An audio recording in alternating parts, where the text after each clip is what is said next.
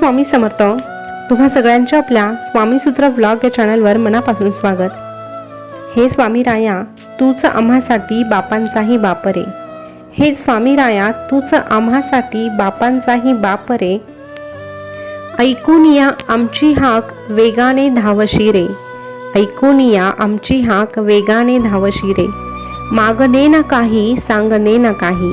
आता मागणे ना काही सांगणे ना काही. तू फक्त तुझ्या आधाराची ग्वाही दे रे. तू फक्त तुझ्या आधाराची ग्वाही दे रे.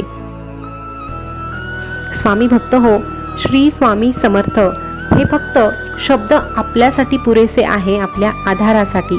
कारण या जगाच्या पाठीवर आपण कोणाकडे आधार मागायला गेलो ना तर तो वेळेवर कुणाकडेही नसतो. फक्त आधार मिळतो तो स्वामींकडे. स्वामींच्या चरणांवर जेव्हा आपण लीन होतो तेव्हा आपल्याला खूप मोठा आधार मिळतो आणि दिलासाही मिळतो. आणि तेव्हा असं वाटतं की आता कितीही संकट येऊ द्या, कितीही अडचणी येऊ द्या, अगदी धीरानं मी त्याला सामोरं जाणार आहे. कारण माझे स्वामी माझ्या सोबत आहे. माझे स्वामी माझ्या सोबत आहे. स्वामी भक्त हो, आज पुन्हा एकदा तुमच्यासाठी नवीन स्वामी संदेश घेऊन आलेले आहे. आजचा स्वामी संदेश तुम्हाला ऐकायचा असेल तर छोटंसं काम करा. तुमच्यासमोर स्वामींच्या 3 माळा दिसत आहे. त्यापैकी एक माळ तुम्हाला तुमच्यासाठी निवडायची आहे आणि संदेश जाणून घ्यायचा आहे. तर स्वामी भक्त हो, तुम्ही तुमची माळ निवडली असेल अशी मी आशा व्यक्त करते आणि आजचा संदेश काय आहे तेही सांगते. तर बघा, ज्यांनी 3 नंबरची माळ निवडली आहे त्यांना स्वामी काय सांगतात बघूया. स्वामी अशा भक्तांना सांगतात, अरे स्वतःसाठी जसा आहे ना तसाच राहा. कोणासाठी चांगलं किंवा कोणासाठी वाईट कधीच होऊ नको. फक्त स्वतःशी मात्र प्रामाणिक राहा आणि तुझ्या स्वामी महाराजांशी देखील प्रामाणिक राहा. त्यांच्या नजरेसमोर आणि स्वतःच्या नजरेसमोर खाली मान घालावी लागेल असं काहीही करू नको. ज्याला तू पटतो तो तुला कधी सोडणार नाही आणि ज्याला तू पटत नाही, ज्याला तू आवडत नाही, तुझी मतं ज्याला पटवूनच घ्यायची नाही, त्याच्यासमोर अगदी तू जीव ओवाळून टाकला तरीही ती व्यक्ती तुझी कधीच होणार नाही. म्हणून लोकांचा विचार जास्त प्रमाणात करू नको. वेळेबरोबर मन आणि मनाबरोबर माणसे कशी बदलतात हे तुला कधीच कळणार नाही. डोक्यावरील आणि मनातील सर्व भार माझ्यावर सोपवून तू मोकळा हो. दिवसभरात ज्यांनी ज्यांनी तुला मदत केली त्यांचे आभार मानायला मात्र विसरू नको. मदत काय रे, मदत ही शेवटी मदत असते, मग ती छोटी असू दे किंवा मोठी असू दे. म्हणून प्रत्येकासमोर कृतज्ञ व्हायला शिक. प्रत्येकाला धन्यवाद बोलायला शिक. मोठ्या जबाबदाऱ्या स्वीकार. मोठा दृष्टिकोन ठेव. छोट्या छोट्या गोष्टींचा तुला कधीच त्रास होणार नाही. बघ, उगवता सूर्य आणि मावळता सूर्य दिसायला सारखेच असतात. एव्हाना ते दोघंही एकच असतात. फक्त वेळेनुसार त्याचं महत्त्व कमी जास्त होत असतं. फरक इतकाच आहे. सकाळी उगवतो तेव्हा सगळे त्याला नमस्कार करतात, पण मावळत्याकडे मात्र सगळे पाठ फिरवतात. शेवटी काय रे, दोघंही एकच असले तरीही फरक पडतो तो वेळेनुसार. कारण उगवणारा सूर्य हा आशा घेऊन येतो आणि मावळता सूर्य हा अनुभव देऊन जातो. तसंच तुझ्या आयुष्याचं आहे. आयुष्यामध्ये चांगले वाईट प्रसंग येणारच आहे, पण दोनही गोष्टींकडे पाठ फिरवण्यापेक्षा दोनही गोष्टींमधून तुझ्या हिताचं काय आहे ते घ्यायला शिक आणि तशा पद्धतीने जगायला शिक. बाकी आम्ही तर तुला एकच सांगू, भिवू नकोस, मी तुझ्या पाठीशी आहे. भिवू नकोस, मी सदैव तुझ्या पाठीशी आहे.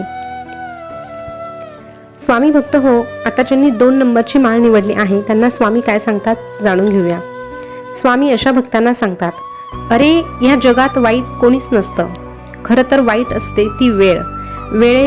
वेळेवरच सगळं काही अवलंबून असतं. आणि आयुष्यात एक वेळ तर अशी पण येते जिथे तुझी काही चूक नसताना देखील हे जग तुला चुकीचं समजतं.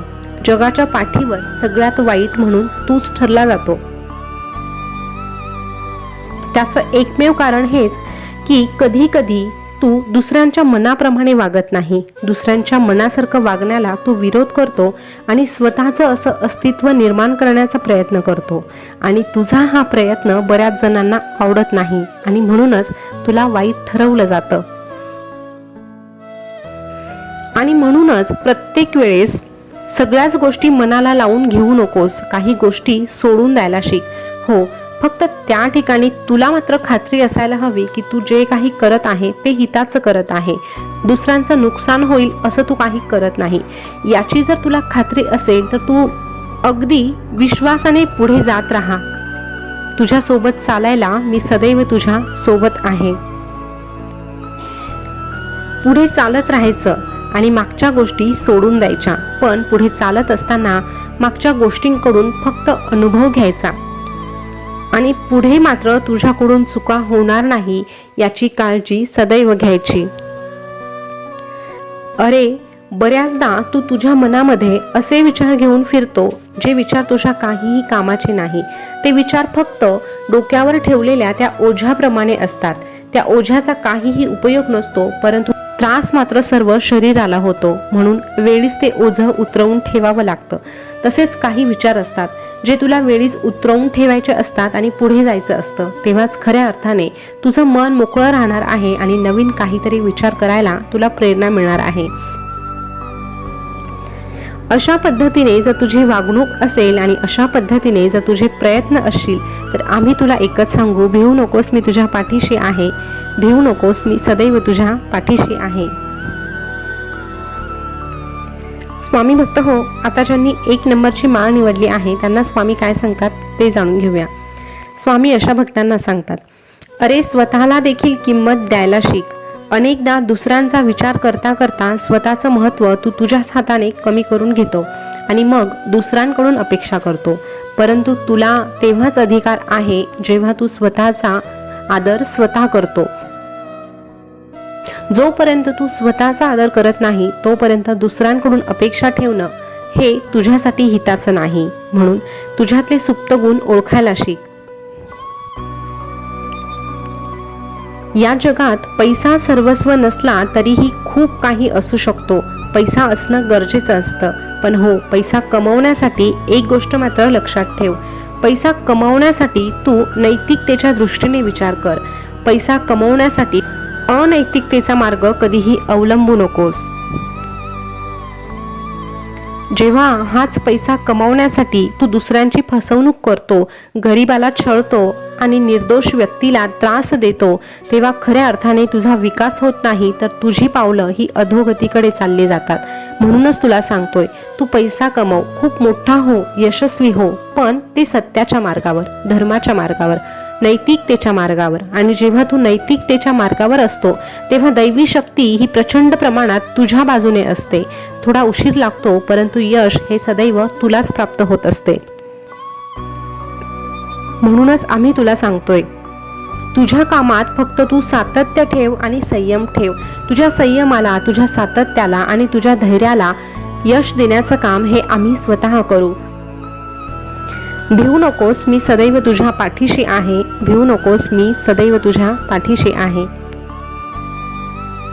स्वामी भक्त हो, आजचा स्वामी संदेश तुम्ही ऐकला असेल तर आजच्या स्वामी संदेशमध्ये तुम्ही नेमका काय बोध घेतला हे आज तुम्ही मला कमेंट करून सांगा.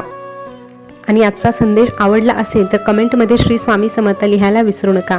असेच नवनवीन स्वामी संदेश जर तुम्हाला ऐकायला आवडत असेल तर आपल्या स्वामीसूत्र ब्लॉग या चॅनलला सबस्क्राईब करा. त्यासोबतच शेजारचं बेल बटन प्रेस करून ठेवा, जेणेकरून नवीन आलेला संदेश सगळ्यात अगोदर तुमच्यापर्यंत पोहोचेल. पुन्हा भेटूया नवीन स्वामी संदेश घेऊन. तोपर्यंत स्वस्थ राहा, मस्त राहा आणि आपले स्वामी संदेश ऐकत राहा. धन्यवाद.